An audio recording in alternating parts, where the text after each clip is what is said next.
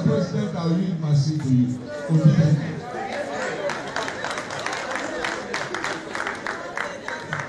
To raise about say, legacy, which I think would be useful here, is that he was also a complete unionist. Leadership, learning and leading is inseparable. You learn every day, especially from the elders. When he was talking about structural adjustment and what happened and everything, it was a learning process for me. If you look at the theme of my campaign, I said that my commitment is to move Nigeria from consumption to production. And you can't talk about production without labor. Labor is the engine of production.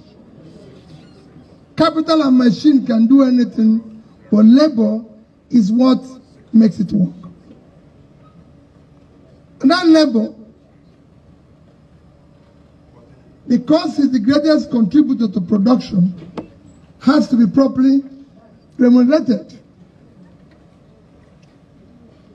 I don't need to tell you how bad things are in this country today. You know it yourself. Is it your wages? Today, Nigerians spend over 100% of their wages in just feeding.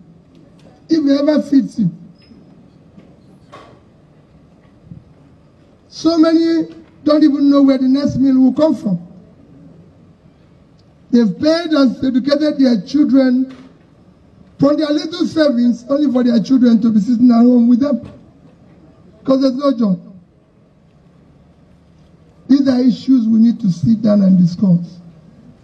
President, nobody can be president without sitting down with the labor and every organization to decide the future of Nigeria. We can no longer have a situation where the leaders are here, the workers are here. They must sit on the same table and talk.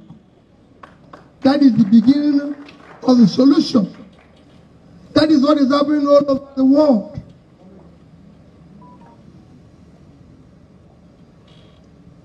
Nigeria is not a producing country. It's not producing anything.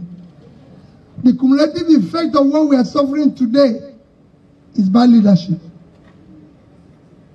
It's a leadership that concentrates on sharing. We have to move from sharing formula to production formula.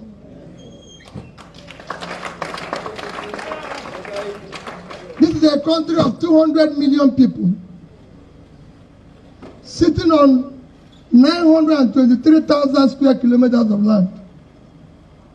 They can't feed themselves. They can't export anything.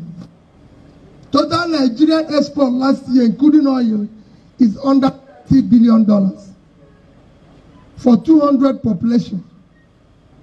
Mr. President, a similar country, not a first world country, not what you can classify a developing country, but a country that had the same trajectory with Nigeria in the year 2000, Vietnam, is sitting on 331 square kilometers of land, a third of Nigerian land space.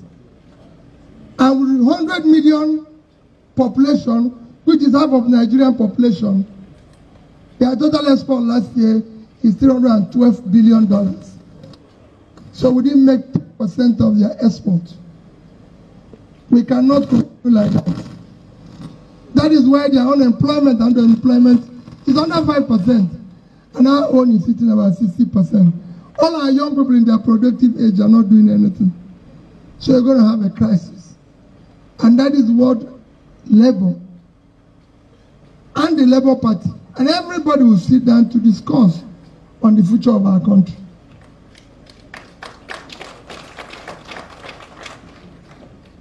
Our elders' father and statesman talked about borrowing. So there's nothing wrong in borrowing. Every country of this world is borrowing. The most celebrated country, America, owes about 100% of its GDP. Number 2 country, China, owes over 50% of their GDP. Number 3 in terms of economy is Japan, owes 230% of its GDP. Even Singapore, that we give as example, over 120% of their GDP. Norway, with the biggest sovereign wealth fund of 1.4 trillion, owes over 50% of their GDP. Is what that makes the difference. If you borrow for consumption, like we've done, you're in problem. If you borrow for production, you're in progress. So we must now make a law that all borrowing must be for production.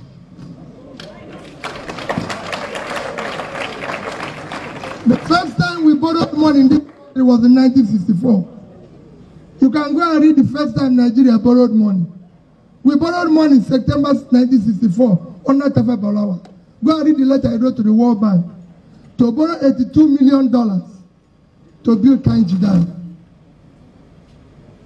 And he said it there, that I'm borrowing this money to build 760 megawatts of electricity, to be able to give Nigeria nearly 1,500 megawatts in order to increase the industrial productivity of the country. And I told him that you are in the right direction when they approved it. Almost 60 years after, Kainji Dam is still there. Nigeria today, if you look at monetary equivalent of that today, it's about 1 billion. And we are owing 120 billion. Imagine if we had taken 20 of it to build more Kainji dams, we would have been generating 25,000 megawatts of electricity. And that would have, our country today would have been sitting on twice the GDP and twice our per capita, and the difference would have been there. But because it was consumed, we have a debt where we can't service our debt. We are now using over 90% of our revenue to service our debt. And what you hear from government every day is that our revenue to GDP is low. It will be low because you are not working. They are not productive. It is that they pay you taxes and you earn more. We will sit down with labor. It won't be a pit or B. We don't want government again that will not sit with the people. Government must sit with the people. I was governor in Anambra State. I sat with the people. I sat with them. That was why I was able to clear the entire gratuity and pension. Because I sat with them. If you go, nobody was owed. For the years I was there, they were being owed 35 billion when I started.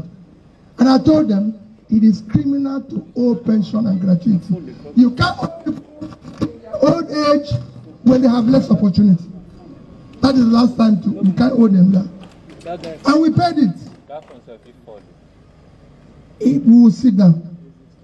Today is for, we've come to honor, and I thank you for honoring us heroes. Because we live in a country where people don't remember anybody. In a country where people don't care about anybody. But it's for you to go and know. What I tell people is, there's a lot of us who are contesting to be president today. We have 8 months. Go and scrutinize our past. Let's know where they are coming. And let nobody come and speak to you through proxy. Let them come in front. So you hear from their mouth. So if they tell us what they want to do, tell us what they did.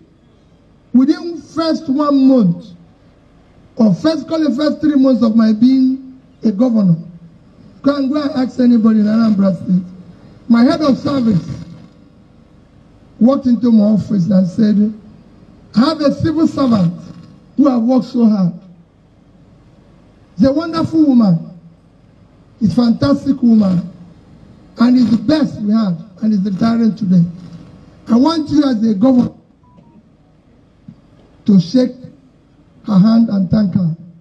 Coincidentally to me, I had a commissioner of land, Afuba, who has come in to tell me that he has a wonderful 2,000 piece of land he would like me to have as a governor. And my head of service, Ngozi Melifon, came in with this wonderful civil servant and said to me, he's retiring today. He wants me to shake her hand. And I asked the woman, you're retiring today, so where are you going to go? He said she's going to go home Said, so where is your house? Do you have a house? Said, no. Do you work for 35 years? Do you have a land given to you by government? They said, no. I told the commissioner. I've been here less than 3 months. This person has put 35 years. This is why this country is not working. This land should go to this woman who has been here for 35 years.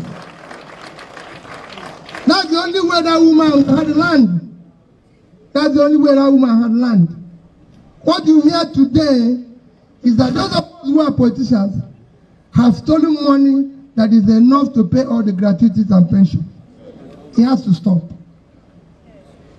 We must stop it. But that is not, today is not campaign. We will come for campaign. We will promise so you can document it. So it will not be that this person said this and it didn't work. And you can go and ask where I came from. What did he do when he was here? I've been a chairman, I've chaired banks and everything. I worked in that industry, I work with labor. I've worked in government, I work with labor. And labor will tell you my relationship with them, which is critical. But going forward, Nigeria has to be properly negotiated by whoever we are going to hire. We don't want to hire people who come in and start telling us what they saw when they came in. We want them to see everything before they come in. We don't want to hire people again. We don't want to hire anybody again who will start telling us about the past regime. The reason why we want to hire new persons is because we don't believe in the past one. So we don't want you to tell us, remind us what they were doing before we hired you. We want them to start solving the problem. And that is what we want to do. And I assure you, that is what we were going to get. I told somebody this morning, go and ask them in Anambra State. Whenever anybody says that, I say, God didn't give us eyes behind. He said, look up. So if you know what we are going to do to get forward, tell me. My commitment to Nigeria, I'm not going to do it in the past. Those who think about today will miss tomorrow. I want to go to. Thank you for the opportunity. Thank you for